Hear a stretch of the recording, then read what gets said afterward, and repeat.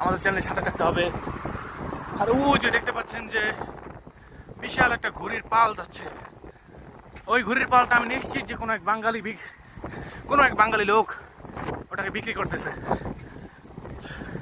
ওই যে দেখতে পাচ্ছেন বিশাল একটা ঘুড়ি। আর আজকে যেহেতু সোমবার, আজকে জনসংখ্যা একটু কম, এর কারণ হচ্ছে যে সবাই আজকে কর্মদিবসে ব্যস্ত।